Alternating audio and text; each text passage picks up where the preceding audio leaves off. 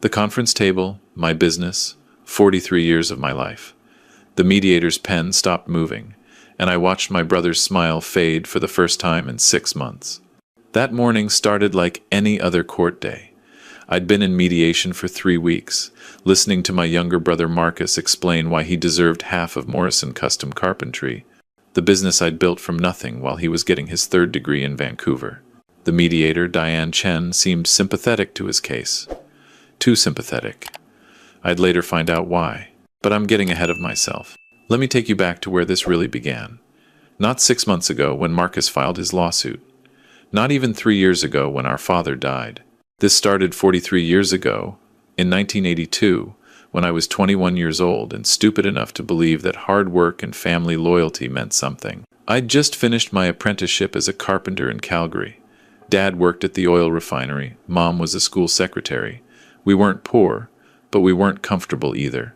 Marcus was 14, already showing signs of being what my mother called academically gifted, and what I privately called allergic to manual labor. Dad pulled me aside one night after dinner. "David, your brother's going places. University, maybe graduate school. Smart kid. You know we can't afford to send you both to university." I nodded. I'd never been much for school anyway. "I know, Dad. But you've got good hands. You're talented with wood. Why don't you start something of your own? I've got $8,000 saved up. It's yours if you want to build something." $8,000. In 1982, that was enough to buy tools, rent a small workshop, and survive for about 6 months if I was careful. I took it. I named the business Morrison Custom Carpentry, and I worked 70-hour weeks for the first 5 years. Kitchen cabinets, furniture restoration, custom built-ins for the new developments going up all over Calgary during the oil boom. By the time Marcus graduated high school, I was employing 3 people.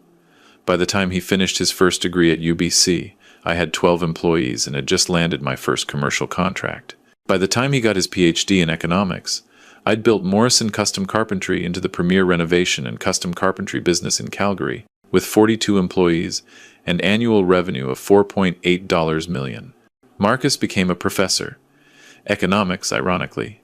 He taught at UBC for 15 years, then at the University of Alberta in Edmonton. He published papers about market efficiency and resource allocation. He never once asked about the business, never visited the workshop, never showed any interest in what I'd built. Dad was proud of both of us, in different ways. My professor son and my entrepreneur son, he'd say at family dinners. But I noticed something over the years. When Marcus came home for Christmas, Dad's eyes would light up in a way they never quite did for me. When Marcus published another paper, Dad would keep a copy on his desk. When I won the Calgary Small Business Excellence Award in 2008, Dad said, "That's great, son," and went back to reading Marcus's latest article. I'm not complaining, I understood. Marcus was the success story. I was just the guy who worked with his hands. Mom got diagnosed with Alzheimer's in 2019. Dad took care of her for 3 years before his heart gave out in March 2022. Marcus flew in from Edmonton for the funeral, stayed for 4 days, and flew back. I was the one who moved Mom into a memory care facility, the one who visited 3 times a week, the one who paid the $6,200 monthly fee because her care needs exceeded what the public system could provide. Marcus contributed $500 a month. "Professor's salary," he'd say. "Not like you, big successful businessman." 6 months after Dad's funeral, Marcus called me. "We need to talk about the business, David." I was in my truck, heading home after a site visit. "What about it?" "Dat promised me half." I nearly drove off Crowchild Trail. "What?" Dad always said the business was for both of us. Family legacy. He told me that dozens of times over the years. "Marcus, I built this business. Dad gave me $8,000 in 1982. That was his contribution. Everything else is 43 years of my life. Dad said it was a family business. Family. That includes me, David. You never worked a single day at Morrison Carpentry. Doesn't matter. Dad's promise matters. I've been patient, David. I've let you run things, make decisions, but now it's time to formalize the arrangement. I want 50% ownership, and I want it in writing." I pulled over into a Tim Hortons parking lot. "Marcus, are you serious?" "Dead serious. You've had 43 years to build wealth. I've been in academia, making a fraction of what you make. Dad knew that. He wanted to balance things out. He told me, David, multiple times, the business is for both my boys. Even if Dad said that, which I doubt, it doesn't mean anything legally. The business is registered in my name. I have 43 years of tax returns, business registrations, everything. It's mine. We'll see what a lawyer says. I'm giving you a chance to do this the right way, David. The family way. 50-50 partnership. Or I file a lawsuit for what Dad promised me. He hung up. I sat in that parking lot for an hour, watching people go in and out for their coffee and Timbits, trying to process what had just happened. My little brother, who I'd watched grow up, who I'd helped pay for his second degree when things were tight, who'd never shown any interest in my business, was threatening to sue me. I called my wife, Jennifer. We'd been married for 38 years, raised 2 kids who were now in their 30s with families of their own. He's bluffing, she said. Marcus is not that person. He's your brother. But he wasn't bluffing. 2 weeks later, I received a statement of claim from a law firm in Edmonton. Marcus was suing me for 50% ownership of Morrison Custom Carpentry, claiming that our father had made a verbal promise that the business would be split equally between his sons and that this promise constituted a binding agreement. He was also claiming $600,000 in back compensation for his theoretical ownership share over the past 10 years. The claim was 93 pages long. It painted me as a manipulative older brother who had exploited family resources and parental favoritism to build a business that rightfully belonged to both of us. It claimed I had systematically excluded Marcus from business decisions. It claimed Dad had repeatedly and consistently promised Marcus half the business, with specific dates and conversations listed. I read it 3 times, feeling sicker each time. The dates were real. Christmas 2015, Thanksgiving 2018, Dad's 70th birthday in 2019. But the conversations? I had no memory of Dad ever saying anything like that. And I'd been at all those family gatherings. Surely I would have heard if Dad had promised Marcus half my business. I hired a lawyer, Patricia Wong, one of the best litigation attorneys in Calgary. She read the claim and pursed her lips. This is going to be expensive, David. He's asking for mandatory mediation first, which is standard in Alberta for commercial disputes under $5 million. If mediation fails, we go to trial. Can he win? Can you actually win a business with a verbal promise? In Alberta? It's difficult, but not impossible. If he can prove your father made a clear, specific promise, and that promise was intended to create legal obligations, and that Marcus relied on that promise to his detriment, then yes. It's called promissory estoppel. But the burden of proof is high. What about the business registration? My tax returns? 43 years of me as the sole owner? That helps us, absolutely. But if a judge believes your father made a binding promise, ownership records might not matter. The question is, did your father promise Marcus half the business? I thought about it. Dad had said the business is for my boys a few times over the years, usually when he'd had a couple of beers at Christmas talking about legacy and family, but it was never specific. It was never Marcus, you own half. It was the vague sentimentality of an old man who wanted his sons to get along. Maybe, I admitted. Dad said some things over the years, but nothing specific, nothing legal. Patricia nodded. That's what Marcus is counting on. The vagueness works in his favor. He can claim Dad meant ownership. You can claim Dad meant emotional legacy. It becomes he said, she said, except your father isn't here to clarify. So what do? We go to mediation and hope we can settle for something reasonable. If not, we prepare for trial. Start gathering any documentation you have. Business records, incorporation papers, any letters or emails from your father, any witnesses who heard these alleged promises. I spent the next month going through 43 years of documents. I found the original $8,000 check from Dad, dated October 1982. I found letters Dad had sent me over the years, mostly birthday cards and Christmas notes. One from 1995 said, "Proud of what you've built, son. You've created something special." Another from 2007 said, Morrison Carpentry is a testament to your hard work and vision. None mentioned Marcus. None mentioned sharing ownership. I called Mom's memory care facility and tried to talk to her about it. She was having a bad day. Who are you? She asked me. Where's Harold? Harold was my father. She'd been asking for him for 3 years. Mediation was scheduled for late November, almost a year after Dad's death. The mediator was Diane Chen, a 60-year-old former judge who specialized in family business disputes. She came highly recommended. The first session was in a bland conference room in a downtown Calgary office building. Marcus arrived with his lawyer, a sharp-dressed guy named Richard Thorne from Edmonton. They sat across from me and Patricia like we were negotiating a corporate merger, not destroying a family. Diane Chen started with the standard mediator speech. I'm here to help facilitate a resolution that both parties can live with. This isn't a courtroom. I can't force anyone to do anything. But I can help you find common ground. Marcus spoke first. His voice was calm, reasonable, the same voice he probably used when lecturing economics students. David, I don't want this to be adversarial. We're brothers. But Dad made a promise, and I need you to honor it. He told me many times that the business was for both of us. He saw my academic career, saw that I wasn't making the kind of money you were making, and he wanted to balance things out. That was his wish. I stared at my brother. He looked sincere. That was the worst part. He genuinely seemed to believe this. Marcus, I've been running Morrison Carpentry for 43 years. You've never worked there. You've never even visited the workshop. When did this promise supposedly happen? It wasn't a single conversation, David.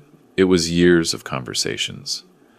Dad would talk to me about the business, about how it was a family asset, how he wanted both his sons to be taken care of. The specific times are in the claim.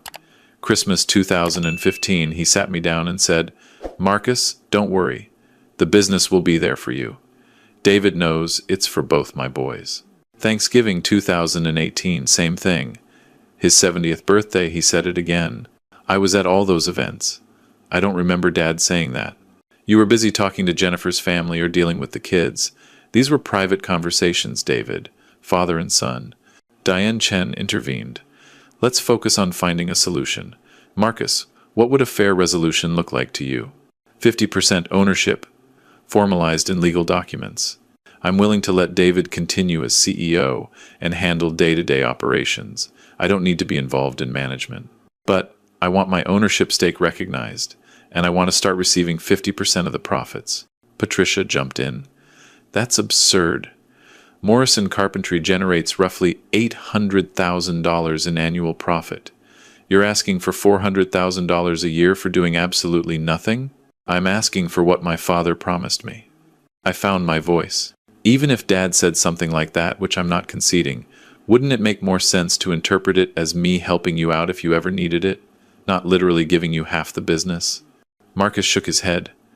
Dad was specific, David. He said the business was for both of us, not help Marcus if he needs it. He said we were both owners.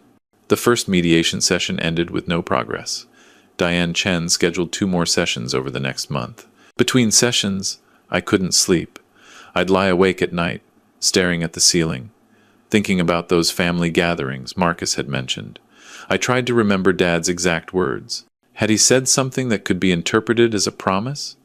I'd had a few beers at those parties, busy hosting, talking to everyone. Had I missed something important? Jennifer noticed. You're not eating. You're not sleeping. This is killing you. If I lose this case, I lose everything. The business is worth about $6 million. If Marcus gets half, I have to either buy him out for $3 million, which I don't have, or sell the business and split the money. Either way, Morrison Carpentry is finished. Marcus wouldn't actually destroy the business. He's your brother. I don't think I know my brother anymore. The second mediation session was worse. Diane Chen seemed sympathetic to Marcus's position. She kept using phrases like family promises and moral obligations and your father's wishes. David, even if there's ambiguity in what your father said, don't you feel some obligation to honor his intent? He clearly wanted both his sons to benefit from the business. I felt my blood pressure rising. His intent was for me to build something and be successful, which I did. I've given Marcus help over the years. I helped pay for his second degree. I've covered Mom's care facility costs beyond what he contributes. I've been a good brother, but you've never offered him any stake in the business. Because it's my business. I built it. Every brick, every contract, every employee hired, every crisis survived. That was me. Not Dad, not Marcus, me. Diane Chen looked disappointed in me. Family businesses often involve these kinds of informal arrangements, David. Courts recognize that not everything needs to be written down. Sometimes a father's word to his son is enough. That's when I realized she'd already made up her mind. She thought Marcus deserved something. Maybe not 50%, but something substantial. And as a mediator, she was steering us toward that outcome. Patricia noticed too. After the session, she pulled me aside. I don't like this. Chen is showing bias. If she recommends a settlement and you reject it, that could look bad if we go to trial. Judges sometimes give weight to mediator recommendations. What do? We need evidence. Hard evidence. Something that shows your father did not intend Marcus to have ownership. Letters, documents, witnesses. Anything. I spent another week digging through old files. I found business loans from the 1,980 seconds and 1,990 seconds, all in my name only. I found the original business registration from 1,982. I found tax returns going back 43 years, all showing me as the sole proprietor, then after incorporation in 1995, the sole shareholder. But I also found something else. A letter from Dad, dated 2010, in a box of old personal papers.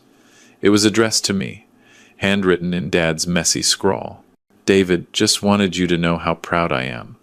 Morrison Carpentry is proof that hard work and dedication pay off. You took my $8,000 and turned it into something remarkable. That's all you, son. Your vision, your sweat, your success. Keep building. Love, Dad. I read it 5 times.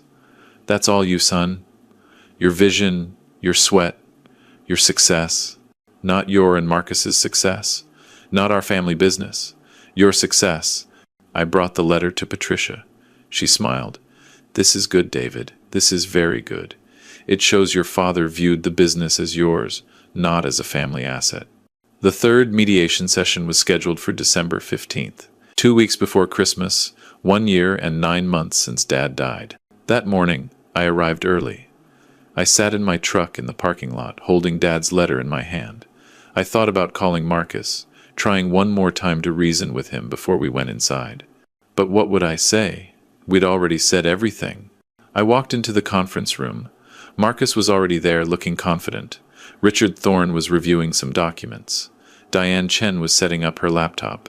We sat down. Patricia placed Dad's letter on the table. Before we begin, she said, I'd like to introduce new evidence. This is a letter from Harold Morrison to David, dated June 2010. I'll read the relevant portion. She read Dad's words aloud. The part about your vision, your sweat, your success. Marcus's face didn't change, but I saw his lawyer lean over and whisper something to him. Diane Chen frowned. That's certainly interesting, but it's from 2010. Marcus's claim involves statements made between 2015 and 2019. Your father's views could have changed. Patricia nodded. Certainly possible, but it establishes a pattern. Harold Morrison viewed Morrison Carpentry as David's business, David's success, not a family asset. One letter doesn't disprove years of verbal promises, Richard Thorne said. Perhaps not, Patricia replied. But let's talk about those verbal promises. Marcus claims his father made specific statements on specific dates. Christmas 2015, Thanksgiving 2018, Harold Morrison's 70th birthday in March 2019. He claims these were private conversations, just father and son. That's correct, Marcus said. Patricia opened her briefcase and pulled out a thick folder. I've subpoenaed Harold Morrison's medical records from his family physician, Dr. Robert Chen, covering the period from 2014 to his death in 2022. Diane Chen looked up sharply. Medical records? What does this have to do with... Harold Morrison was diagnosed with early-stage Alzheimer's disease in November 2014. Dr. Chen's notes indicate cognitive decline beginning in 2013, with formal diagnosis in late 2014. The family was informed. The recommended treatment plan included monitoring, medication, and Patricia flipped through papers. Family members should document any major decisions or promises, as patient may experience confusion about previous statements. The room went silent. Marcus found his voice. "That's not. Dad didn't have Alzheimer's. Mom did." "Your mother was diagnosed in 2019, Patricia said. "Your father was diagnosed 5 years earlier," the family was told. "Were you not informed, Marcus?" I remembered. The doctor's appointment in 2014, just before Christmas, Dad had asked me to come with him. "Early stages," Dr. Chen had said. "He'll have good days and bad days. Might repeat stories, might forget recent conversations, but he's still capable of managing his affairs for now." I'd been the one handling Dad's affairs after that. The bills, the prescriptions, eventually the decision to move Mom into care when Dad could no longer manage. I'd thought Marcus knew about Dad's diagnosis. But he'd been in Edmonton, visiting maybe 3 times a year. Maybe I'd never explicitly told him. Maybe I'd assumed Mom had mentioned it. The Christmas 2015 conversation Marcus describes, Harold Morrison's medical notes from December 2015, indicate he was experiencing increased confusion and short-term memory loss. The doctor specifically noted that Harold was struggling to distinguish recent events from past events and was occasionally making statements inconsistent with reality. Patricia pulled out more pages. Thanksgiving 2018. Harold Morrison had a medical emergency 3 weeks prior, a minor stroke. Hospital records show temporary cognitive impairment. His doctor noted patient experiencing disorientation and confabulation. March 2019, Harold's 70th birthday. By this point, Harold Morrison's Alzheimer's had progressed to moderate stage. Dr. Chen's notes from February 2019 state, patient should not be making financial or legal decisions without family oversight. Cognitive function significantly impaired. Marcus was white. I didn't know. Dad seemed fine at those gatherings. He was talking, joking, remembering stories. Alzheimer's patients often seem fine in social situations, Patricia said, not unkindly. They can mask symptoms, especially early on. But the medical evidence is clear. Your father was not cognitively capable of making binding promises during the time period you describe. And even if he said something, a promise made by someone with documented cognitive impairment cannot form the basis of a legal claim. Diane Chen was reading the medical records, her expression changing. I wasn't aware of this diagnosis. This significantly changes the analysis. Richard Thorne was speed reading through the documents. Even if Harold Morrison had cognitive issues, that doesn't automatically invalidate everything he said. If he made these promises before the diagnosis was 2014, Patricia said. The promises Marcus claims were made between 2015 and 2019, well after diagnosis. And the letter I presented earlier, from 2010, shows that before his illness, Harold Morrison explicitly viewed the business as David's alone. I looked at my brother. He was staring at the table, his confidence gone. "Marcus," I said quietly, "did Dad really say those things? Or did you hear what you wanted to hear?" He looked up, and for the first time in months, I saw my little brother instead of my adversary. "He said it, David. I swear he did." Christmas 2015, we were in the kitchen, just the two of us. He put his hand on my shoulder and said, "Don't worry, Marcus. The business is for both my boys. David knows. It's going to be there for you." I remember it clearly. "I believe you remember it," I said. "But Dad had Alzheimer's, Marcus." He was confused. Maybe he was thinking about the $8,000 he gave me and somehow in his confused mind thought that meant the business belonged to both of us. Maybe he was trying to make you feel better about your professor's salary. But it wasn't a promise. It wasn't real. Marcus's eyes were wet. He said it every time I visited. Every Christmas, every Thanksgiving. He'd pull me aside and tell me not to worry, that I'd be taken care of, that the business was ours. I thought it meant something. "It meant Dad loved you," I said. It meant he wanted you to feel secure. But it wasn't a legal promise, and it wasn't reality. Diane Chen cleared her throat. Given this new medical evidence, I don't think mediation is likely to result in a settlement favorable to Marcus's position. If this goes to trial, a judge will almost certainly find that Harold Morrison lacked capacity to make binding promises during the relevant time period. Richard Thorne was already packing his briefcase. I need to consult with my client. We took a break. Patricia and I went to a coffee shop across the street. My hands were shaking as I ordered a coffee. Did you know about your father's diagnosis? Patricia asked. I knew. I've been managing it for so long it became normal. I didn't think about how it affected conversations from years ago. I didn't think Marcus didn't know. He had to have known, David. Your mother was diagnosed later, moved into care. Your father's condition had to have been discussed. Marcus was in Edmonton. He visited maybe 3 times a year. Phone calls every couple of weeks. Maybe I thought someone else told him. Maybe I just assumed. Or maybe he knew and didn't want to remember, because it complicated his claim. I didn't want to believe that. I wanted to believe my brother had genuinely misunderstood, that he'd heard Dad's confused ramblings and thought they were promises. We went back to the conference room. Marcus and his lawyer were already there. Marcus looked smaller somehow, deflated.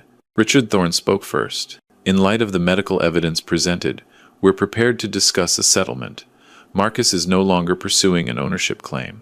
However, we believe there's still a moral obligation to acknowledge the family contribution to the business. We're proposing a one-time payment of $500,000 in recognition of Harold Morrison's initial investment and family legacy. Patricia scoffed. You mean in recognition of Marcus's failed lawsuit? That's not happening. David, Marcus said, ignoring the lawyers. Dad gave you $8,000 in 1982. Adjusted for inflation, that's about $24,000 in today's dollars. The business is worth $6 million. Dad's investment started all of this. Don't I deserve something for that? You want me to pay you $500,000 because Dad gave me $8,000 43 years ago?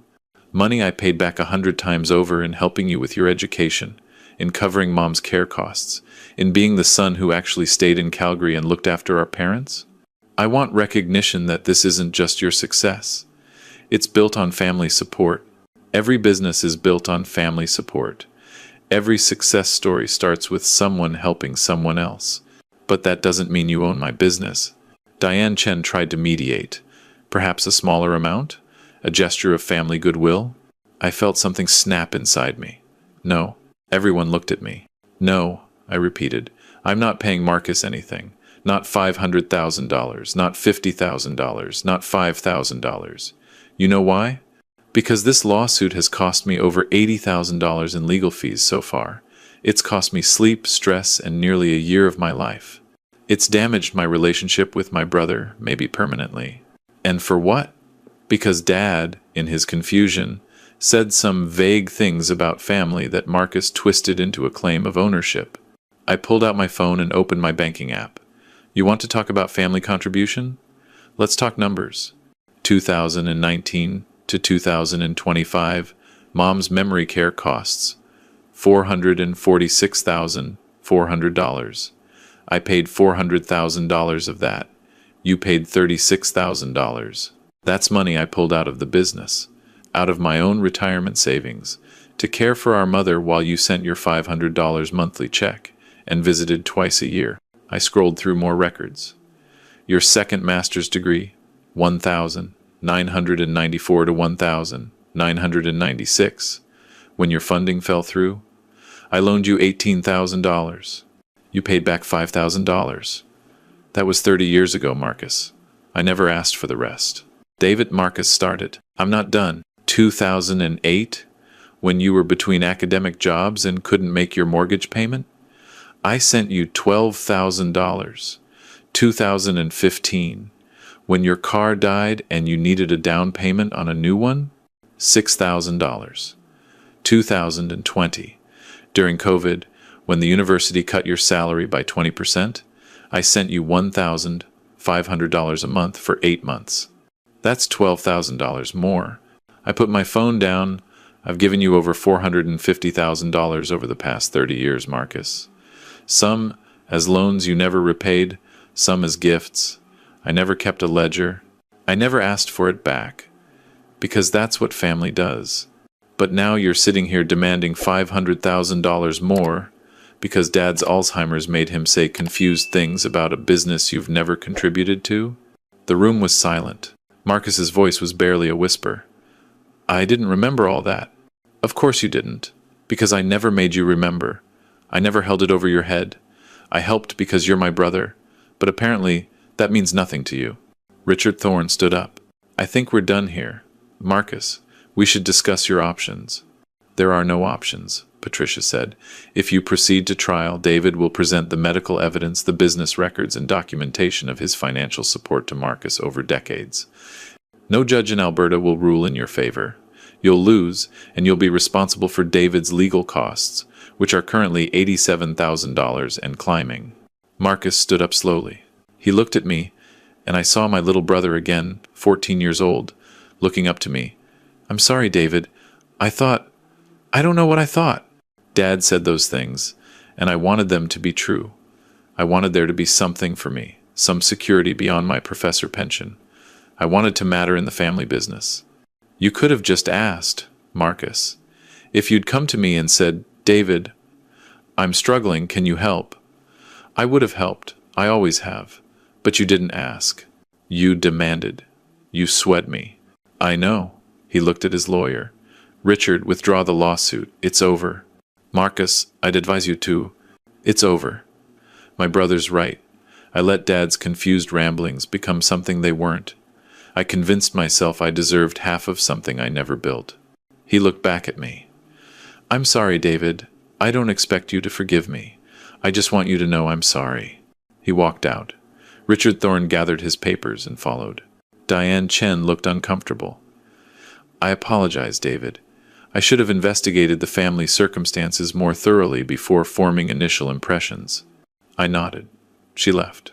Patricia was grinning. That's what we call a complete victory. But it didn't feel like victory. It felt like I just lost my brother. Jennifer was waiting when I got home. I told her everything. She held my hand and didn't say anything for a long time. Are you okay? She finally asked. I don't know. I won, but I feel like I lost something bigger. Your brother? My family.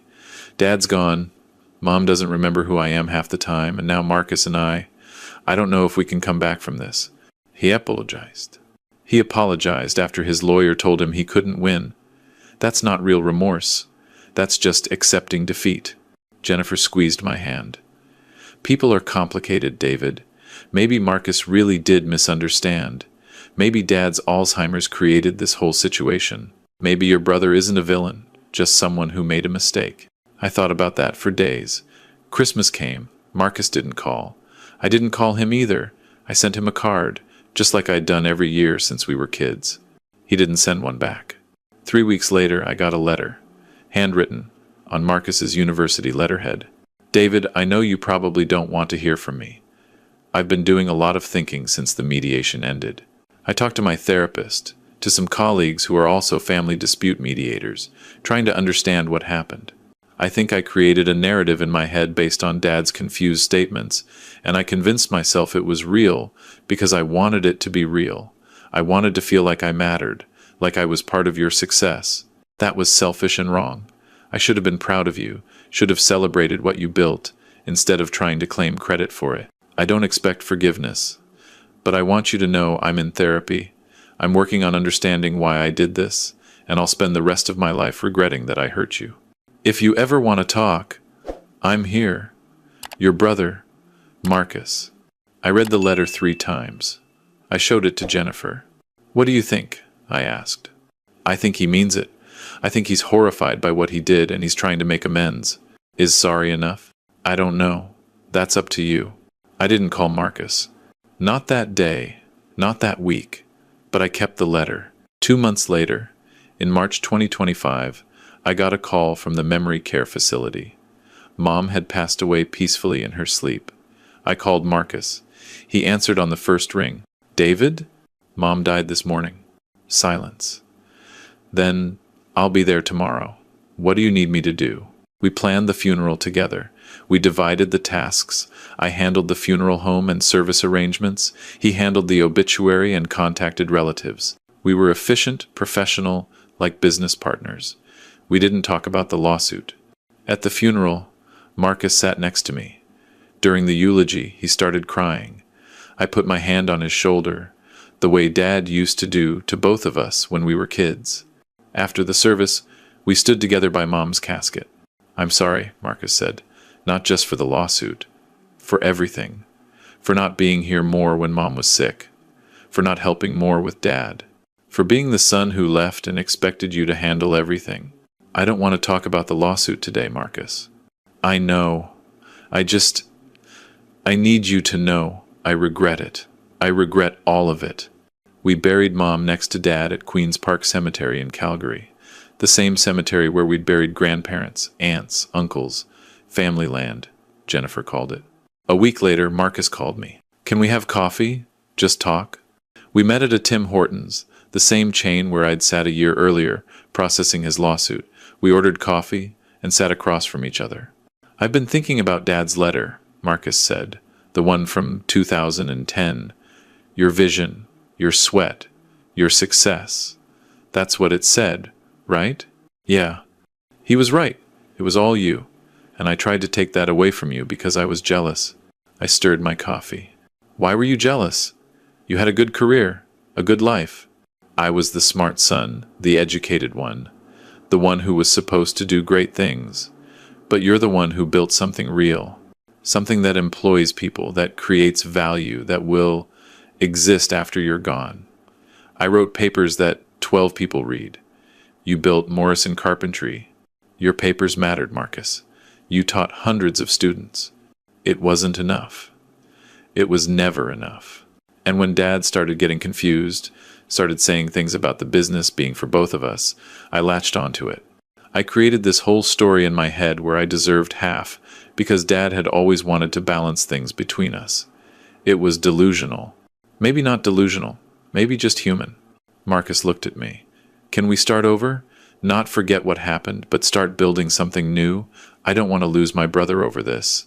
I thought about Dad's confused promises, about Marcus's lawsuit, about the year of stress and $87,000 in legal fees. I thought about 43 years of building a business, of being the son who stayed, of taking care of our parents. "I don't know if we can go back to what we were," I said honestly. "That trust is broken, but maybe we can figure out what we can be now. That's all I'm asking." We talked for 2 hours. About Dad, about Mom, about our kids, about the future. We didn't resolve everything. Some wounds take a long time to heal. But it was a start. A month later, I did something I never thought I'd do. I called Marcus and made him an offer. "I'm thinking about retirement," I told him. "I'm 64. I've been doing this for 43 years. I'm tired. My knees hurt. I want to travel with Jennifer while we still can. That makes sense. I'm going to transition the business to my senior managers over the next 5 years. Sell them shares gradually. Let them buy me out. But before I do that, I want to set up a scholarship fund at the University of Alberta. $100,000 to start, for carpentry and trade students who want to start their own businesses. I'd like to name it the Harold Morrison Memorial Scholarship." Marcus was quiet for a moment. "That's beautiful, David. I'd like you to help administer it. You're the academic. You know how university scholarships work. It would be a way for both of us to honor Dad's memory. Together. I'd be honored. Really. There's a condition, though." "What?" "You have to come to the workshop. Actually see the business you tried to take half of. Meet the people who work there. Understand what I built. I'd like that." He came the following week. I gave him a tour of Morrison Custom Carpentry, showed him the workshop where we built custom cabinets, the showroom where clients came to see our work, the offices where my managers planned projects. He met my employees, some of whom had been with me for 20 years. At the end of the tour, Marcus looked at me. I didn't understand. I really didn't. This isn't just a business. It's 43 years of relationships, of craftsmanship, of your life. It's what Dad's $8,000 became when someone actually put in the work. I'm sorry I tried to take it. I know you are. We set up the Harold Morrison Memorial Scholarship that summer. The first recipient was a young woman from Grande Prairie who wanted to start a custom furniture business. At the award ceremony, Marcus and I stood together on stage, and for the first time in 2 years, we looked like brothers again. Not the brothers we'd been before the lawsuit. Those brothers were gone, but maybe something better. Brothers who had been through fire and come out scarred, but still standing. Jennifer asked me once if I forgave Marcus. I thought about it for a long time before answering. I forgive him for being human, I said. For being jealous, for being weak, for making a mistake. But I can't forget what he did. I can't forget the year of stress, the feeling of being betrayed by my own brother, the realization that family loyalty has limits. I forgive him, but things will never be the same. Is that enough? It has to be. Because the alternative is losing him completely, and I don't want that either. Marcus and I talk every couple of weeks now. We have dinner once a month. We're working on the scholarship together. We visited Mom's grave on what would have been her 85th birthday. We're building something new, something different from what we had before. But I keep Dad's letter from 2010 inches my desk drawer. Your vision, your sweat, your success. On hard days when the old anger resurfaces, I read it and remember. The business was mine. I built it. And no amount of revisionist history or confused promises can change that.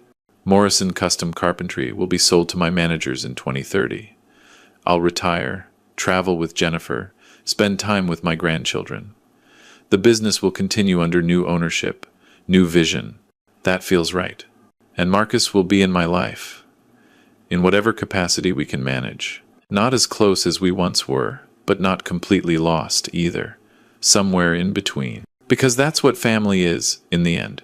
Not perfection, not unconditional trust, not fairy tales. Just people doing their best, making mistakes, hurting each other, and trying to find a way forward anyway. I'm 64 years old.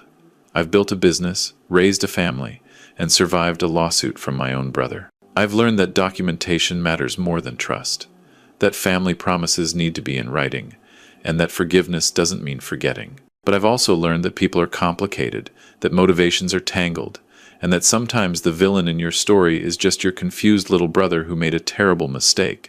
I don't know if that's wisdom or just exhaustion, but it's where I've landed. And for now, that's enough.